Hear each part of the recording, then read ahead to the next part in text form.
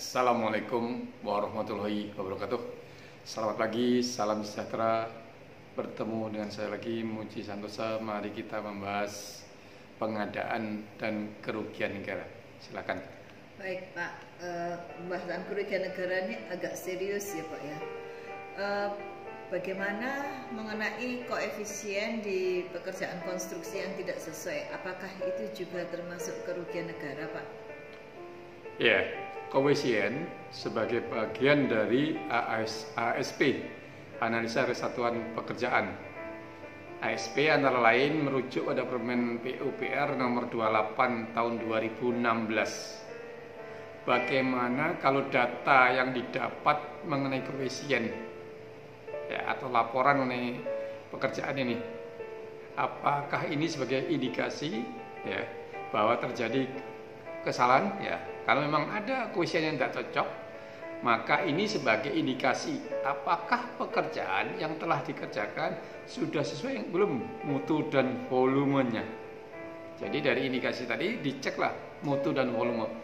Bila sudah sesuai mutu dan volume, maka tidak masalah. Kalau tidak sesuai mutunya tadi, volumenya, ya maka akan menjadi kerugian negara. Jadi yang kita clearkan adalah sesuai nggak mutu dan volume. Ketika koefisien tidak pas tadi ya, kalau sesuai mutu dan volume, ya menjadi tidak masalah. Oke. Sekarang tentang konsultan perencana. Konsultan perencana itu dilihat invoice-nya atau kehadirannya ya Pak? Ya, suatu kontrak konsultan perencana konstruksi misalkan tentunya memakai kontrak lamsam.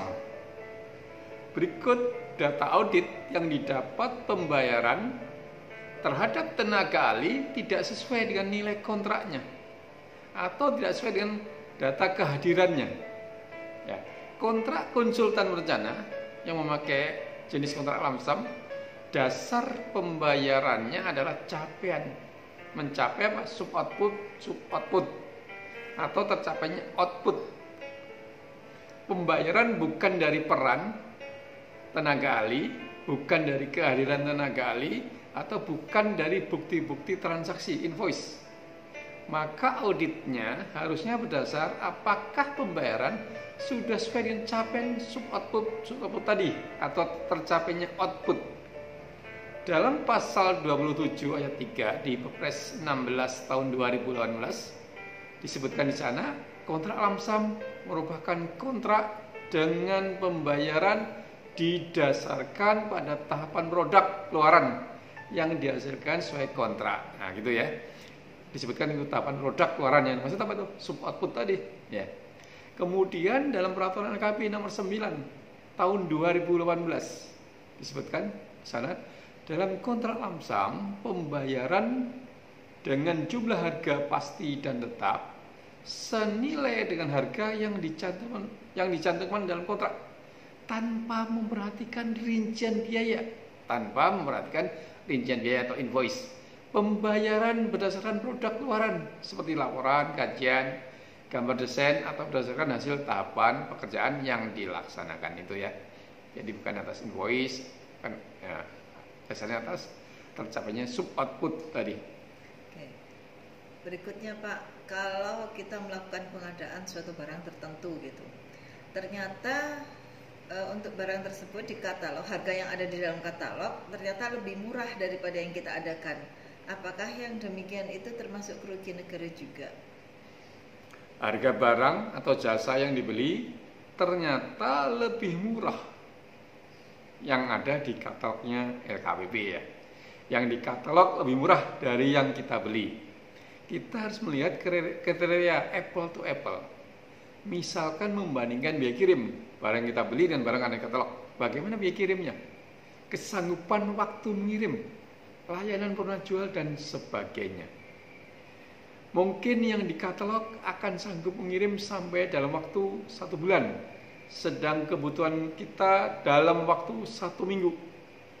Atau yang di katalog tidak melayani purna jual untuk daerah tersebut, daerah kita misalkan gitu ya. Jadi tidak apple to apple sebenarnya. penyedia katalog melayani seluruh Indonesia, sedangkan penyedia tempat Bapak tadi melayani tempat Bapak. Tentunya volume ya berbeda lah, skala volumenya, skala volume penyedia katalog dengan skala volume penyedia di daerah Bapak gitu ya. Jadi intinya itu ya. Oke. Sekarang kalau konsultan pengawas nih, pembayaran konsultan pengawas itu ternyata jumlah kehadirannya dalam kontrak waktu penugasan tidak sesuai. Apakah itu juga termasuk kerugian negara? Kontrak konsultan pengawas selama ini kita biasa dengan jenis kontrak lamsam, bahkan dengan kontrak prosentase dari prestasi yang diawasi. Sekarang kita banyak menggunakan kontrak pengawasan dengan waktu penugasan atau aktual penugasan. Dengan demikian, pembayaran prestasi disesuaikan dengan waktu penugasannya. Sehingga sangat mungkin setiap bulan nilai pembayaran akan berbeda dengan bulan-bulan yang lain. Ya, karena jumlah penugasan yang berbeda-beda disesuaikan dengan kebutuhan pengawasannya. Yang demikian berdampak terhadap nilai kontrak. Nilai kontrak bisa berkurang atau juga nilai kontrak bertambah. Jadi kalau yang terbayar tetap setiap bulannya dan secara nilai total kontrak ya, ternyata berbeda dengan waktu penugasannya, atau suatu kontrak terbayar dengan nilai kontrak tetap sedangkan penugasannya ya berkurang volumenya, ya maka dengan demikian ada kerugian negara ya. Pada pekerjaan konstruksi itu ada kalanya terjadi perubahan metodologi kerja. Apakah yang seperti itu juga termasuk kerugian negara? Ya, yang saya jelaskan adalah perubahan alat lah, misalkan perubahan alat, pekerjaan penggalian. Misal untuk penggalian 300 kubik tanah gitu ya. Ketika alat berubah dari beko yang kapasitasnya besar menjadi beko yang kecil kapasitasnya, apakah ini kerugian negara? Nah, ini tergantung, yaitu apakah pekerjaannya adalah penggunaan beko ya, atau outputnya adalah tergalinya 300 kubik. Kalau itemnya penggunaan beko kapasitas tertentu, maka ketika berubah alat menjadi kapasitas lebih kecil akan berubah biaya mungkin gitu ya. Kalau tetap alatnya yang dibayar itu ya akan terjadi kerugian negara.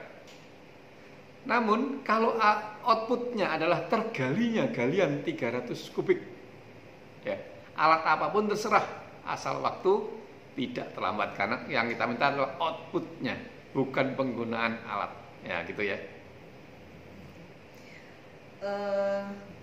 Seperti kita ketahui, pekerjaan konstruksi itu ada kalanya terjadi keterlambatan atau pekerjaan apapun lah. Gitu. Nah, denda keterlambatan yang benar itu dari sekaligus atau dari sebagian sih? Ketika suatu pekerjaan yang serah terimanya harus secara keseluruhan untuk bisa dimanfaatkan, ya harus semuanya diserahkan untuk bisa dimanfaatkan, tentunya pengenaan denda dari nilai keseluruhan kontrak. Ketika pengenaan denda dari sisa pekerjaan atau bagian pekerjaan, negara akan rugi ya, karena terlambat dalam memanfaatkan suatu prestasi pekerjaan. Contoh pengadaan satu gedung yang untuk dimanfaatkan gedung ini misal harus selesai semua gedungnya, maka pengenaan denda keterlambatan ya dari nilai kontrak, bukan dari bagian kontrak. Kalau dikenakan denda keterlambatan dari bagian kontrak, ini menjadi tidak tepat. Negara rugi memanfaatkan. Jadi kalau benar ada kerugian negara? Ya, kalau terjadi benar ada kerugian negara, ya secara nyata kita melihat memang benar, ya agar disetor. Kalau tidak disetor, ya nanti bisa menjadi tipikor ya, tindak pidana korupsi. Pesan utama saya pada sesi ini, jangan sampailah di pengadaan kita ada intervensi negatif, kolusi, dan terima fee. Mari kita berantas keserakahan pengadaan. Jangan sekedar memberantas kesalahan pengadaan. Banyak peraturan belum dibaca tuntas sudah berubah. peraturan pun sudah banyak dibaca tuntas. Pemahaman kita ternyata tidak pas. Mari kita ikuti kajian di YouTube agar hati kita puas. Terima kasih. Semoga bermanfaat. Salam pengadaan.